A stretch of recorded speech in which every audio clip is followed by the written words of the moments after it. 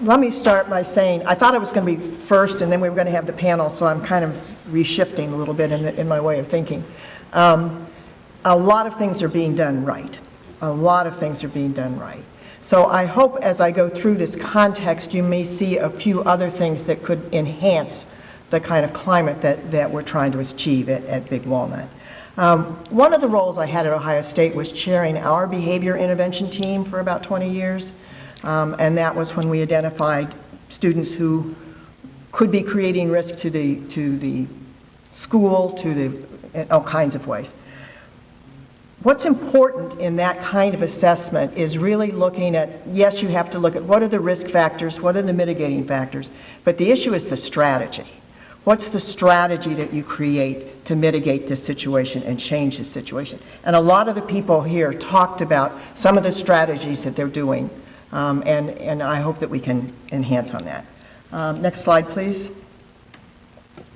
So this is a definition of a bullying. Aggressive behavior can include physical contact, verbal abuse, actions aimed at inflicting pain, discomfort for an individual, typically repeated with intent to cause harm, and often characterized by a perceived or genuine imbalance of power. Next slide. Cyberbullying is the newest thing. It's willful, repeated harm inflicted through the use of computers, cell phones, and other electronic devices. It can be very public and very pervasive. These images, some of which are now AI created, you can actually take a girl in a bathing suit and create an AI image of her being naked and put it out there. That's there forever. That shows up in her job interviews. I mean, that kind of pervasiveness of cyberbullying, we're just beginning to understand. Pew Research estimates that 60% of American teenagers are experiencing cyberbullying. That's enormous. That blew my mind in terms of this is something that we have to include in the way that we talk about the climate we're creating. Prevalence, next slide, please. The prevalence, there's different statistics all over. I'd say somewhere between 30 and 33% is kind of common, that these are people that are experiencing bullying in the 6th through 12th grades, somewhere between 20 and 25% in high school. This includes verbal, purposeful humiliation, teasing, and threatening. That humiliation part, I think sometimes, yes, it's words, but it's also the energy that's around that humiliation. Physical, we talked a lot about that, pushing, shoving, hitting, slapping, kicking.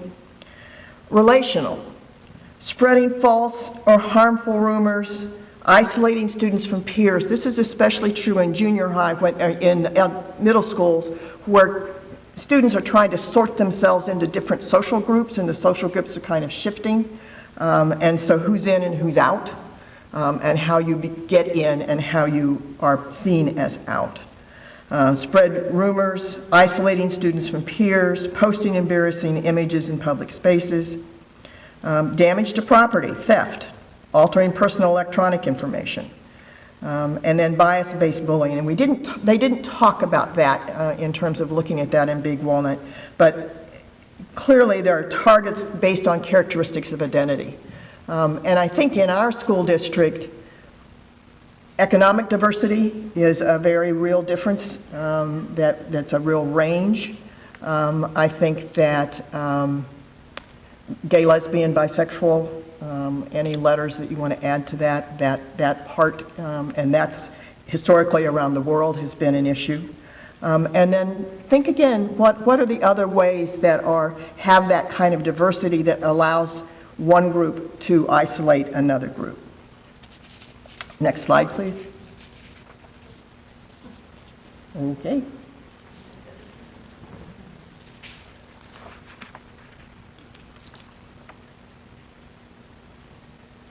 Students who bully others. Okay. So students who bully others, it serves a function. Sometimes it's to achieve popularity, sometimes it's to get attention, sometimes it's about reputation.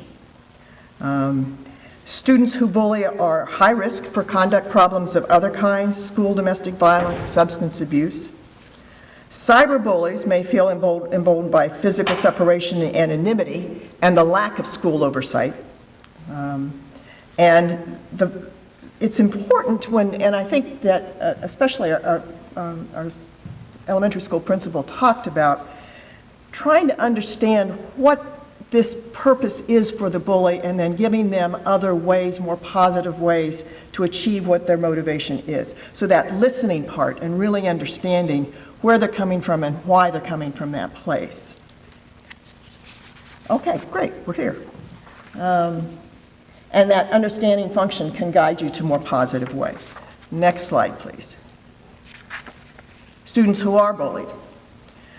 They're perceived as less than historically, maybe marginalized groups, poverty, poor verbal skills, and ability differences. And the combination of poverty and poor verbal skills can lead a child to be isolated in numerous ways. Many are seeking self-protection, so they'll avoid recess, defend themselves, retaliate in cyberbullying. They can disengage in school, decline in academics, and self-harm. And these are the negative things that we really don't want to see happen. And reporting increased by a perception of a caring system and available a trusted adult. And I think our superintendent in his last comments talked about how important it is to have a trusted adult. What I would encourage you to this system to do is, as you think about training, not just training teachers, but really look at maintenance staff, secretaries, bus drivers. Students are going to talk to somebody they identify with, and that might not be the teacher. And so you want to train them all to recognize when the signs of distress, and be able to say, are you okay? Not, you're okay, right? But are you okay? And then be able to answer what, have a response to whatever they say, whether they are or they aren't, and helping them know the resources. So I would say broaden the base of who you consider the adults and trusted adults in all these school settings. I found at the college level, the housekeeping staff talked with students a lot. And students who are depressed, typically depression means you don't sleep very well, so they'd be up at 5 o'clock and be talking to the housekeeping staff. Also, they'll talk to any receptionist, any live person. So thinking about who are all the people, all the adults in the Big Walnut school system that could be those trusted adults for those students. Okay, moving on to bystanders. And we didn't talk as much about bystanders in this, okay. So bystanders are the people who observe in bullying but don't necessarily involved. And there's several roles for those. Some are called the assistant. Good. They encourage the behavior and may join in, cheering and really encouraging it but not doing it themselves.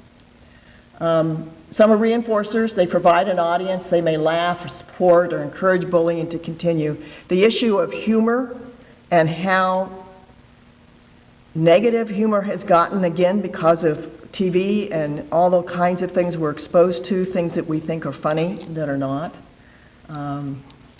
The outsider, they don't support the bully or defend the victim, but they still are observing. And then the defenders, some people who may intervene in a bullying or comfort a child that's being bullied. And I think the role of bystander students, involving our students as peers in the social climate of our school, is another thing that could really be helpful. And encouraging bystanders to also let somebody know something's going on, so that it's not just up to the bullied person, but it's really the whole school is looking out for that. Social groups, next slide please. This is about more elementary school ages, but it's a really interesting research about how students are in social groups in the K through, I think, 8 level. About 60% of them are considered active communicators, bonded with a parent in healthy kinds of ways. But that's just 60%. What's the other groups?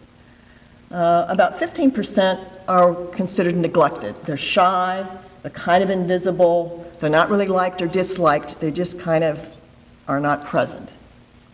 And 13% are rejected.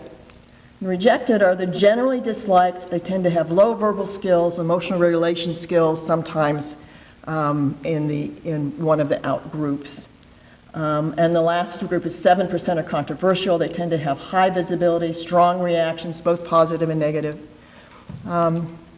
The rejected, universally rejected, and when I was preparing this and I was thinking about, my own experiences, and I remember when I was 8 years old, we were doing Valentine's, and I wrote this terrible Valentine to a boy in our class that everybody hated, and he had lice.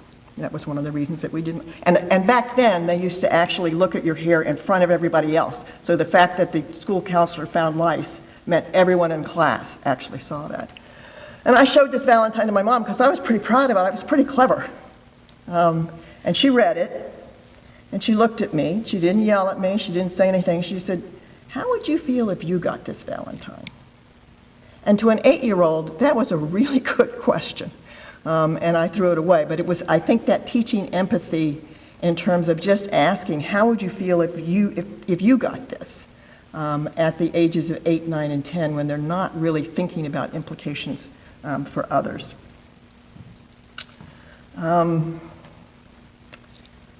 Next slide. So one of my resources for this presentation is Dr. Dorothy Espilage. She's a pioneering researcher in bullying around the world. And she defines it as distress or injury on an individual or a group which repeatedly inflicts on others who are less powerful. So she emphasized power, and it can be individuals, it can be groups. Next slide. These are some of the thoughts that came out of her research. Bullying, as separate from aggression, is a relatively new concept, and it, according to her, was brought to attention in the 80s after 3 boys in Norway committed suicide, ages 10 to 14, committed suicide in the space of a few months. And that brought the attention of the Norway school system. And they created a response to that, and Dorothy said it didn't match, it didn't work within the United States. One of her discoveries was that bullies are often popular students. It's a way that they are maintaining power and attention. Sometimes they're not only popular, they're actually likable. Other research has found that gay, lesbian, bisexual, transgender, and queer youth are bullied and physically assaulted far more commonly than others, and those victimized GLBQ individuals have high rates of suicide and attempts at suicidal thoughts. And this is true across the age range, and something to be concerned about. I think we're concerned about drug use. I think we're concerned about suicide prevention. Those are the bottom line things that we really want to be concerned about. Next slide, please. So what are the impacts of bullying? It can diminish academic performance in part because bullying weakens their sense of belonging to school. And belonging to school is real important, and that was emphasized a lot by the panel as well, that sense of belongingness and feeling that you belong here. Suicide has surged in recent years to become the second leading cause of death for children 10 to 14. That's really scary. And it's the third leading cause of death for young people aged 15 to 24. And the first one is accidents. Dorothy found that both bullies and their victims are much more like, both bullies and the victims are likely to think about suicide and attempting suicide. And individuals who are not involved in bullying, but bullied individuals, are at greater risk for depression. So the bystanders are at greater risk for depression. Next slide. So what do we do? And there was a lot, I think, of really good ideas that are reflected here. The primary issue is the school climate. And how are we establishing the school climate? How are we assessing it? And how are we assessing it for all of our students? And I think that when you went back to that social group, really looking at those who are invisible, looking at those who are neglected, looking at who are students that are sort of on the outside, how are we assessing that climate? Students need to feel safe. They need to feel safe physically, socially, and intellectually. As was emphasized, they need to have at least one trusted and respected adult, and it's not just trust, it's also respect. And it has to feel trust and feel respected back, so that that's a mutual relationship. It's especially important in the elementary grades. By the time you get to middle school, there's a little bit of anti-authoritarian that starts, and the peers are actually more influential than the trusted adults. You need to have the trusted adults. I'm not saying you don't. I'm just saying that you've got to involve peers in that process as well, in terms of thinking about how do you achieve a positive school climate. Teachers, family members, students engaged in a collaboration. Parents are key, and I think that was talked about as well. Respect for differences, and I really, really liked the concepts. I wrote down some of them. Some of the things that were happening in the elementary school in terms of kindness weeks, and what are the positive behavior intervention support? What are the ways that we're not just being crisis-oriented, but really thinking about the overall climate and how we can improve that? And part of that is, and I like the way people were talking about it, some of the relational skills, empathy, being able to understand someone different from you, perspective taking, problem solving, and conflict resolution. Conflict resolution skills have died in the last 25 years. I mean, I remember doing just orientations in like 2010 for college students who would rather sit back to back and text each other than sit face to face and say, don't eat my food out of the refrigerator. That we really have made that direct discussion something that is scary to do. We'll do it online, we'll do back to back and say really nasty things, but we've lost the ability to sit and problem solve together and conflict resolution together. And I think we're talking about some of those in some of the schools and getting all of the parties involved in how to move in a different direction. In terms of what else could happen, what else could resolve this.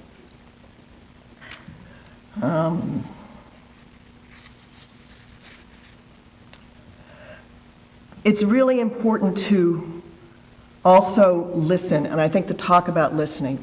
And listening, whether or not it rises to whatever the definition of bullying is in the school system at the time. Really try to listen to what's the behavior that's a concern and how is it impacting people. Because especially for the bystanders, not responding to something or ignoring something says the school sanctions that behavior. So really looking at what are the active ways that we're showing response. And the response is what's the strategy to make this situation better, not who gets punished. A lot of us think about the punishment first. And again, remember I said I chaired the behavior intervention team.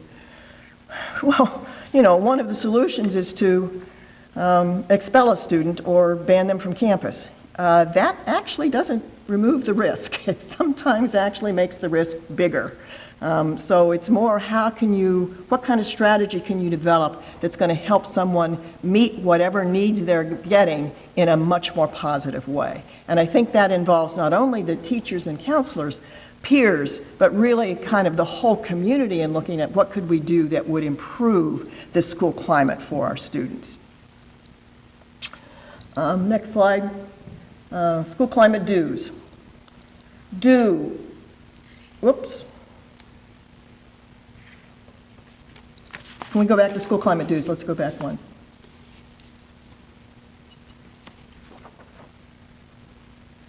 Well, I did cover that. It's do make students feel safe, do have at least one trusted friend, one trusted adult, do have everyone in the community involved, do respect differences, do look at peer social support, and how friends can be caring and reliable. And I think that's another one, is really helping students understand what a friend is, and sometimes expanding that definition of what a friend is from just loyalty.